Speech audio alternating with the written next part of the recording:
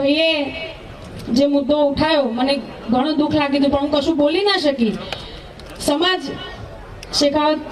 શેખાવત ભાઈએ જોરદાર વાત કરી, દરબાર, રાજપૂત, ઠાકોર, આ બધું બંધ કરો, એક થાવ.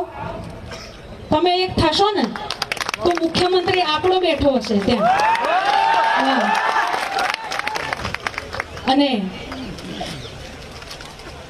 ઠાકોરોમાં જે પ્રોગ્રામો કરીએ છીએ ને, કલાકારોની ગાડીઓને આપતા, ફોર્ચ્યુનરને આપતા બધા અમારા ઠાકોરો ભરે છે, ખબર છે? હા, એમને ગાડીઓ નહીં ફરતી, ફોર્ચ્યુનર. એટલે અને બીજા ભાઈએ કીધું કે બોલિવૂડમાં જો સલમાન ખાન, શાહરૂખ ખાન, આમિર ખાન જો નોંધ લેતા હોય આપણા ભાઈની, તો આપણા વિધાનસભામાં આપણા બેઠા છે નેતાઓ, એ કેમ નથી લેતા? એમને પણ લેવું જોઈએ ને, એમને પણ નોંધ લેવી જોઈએ.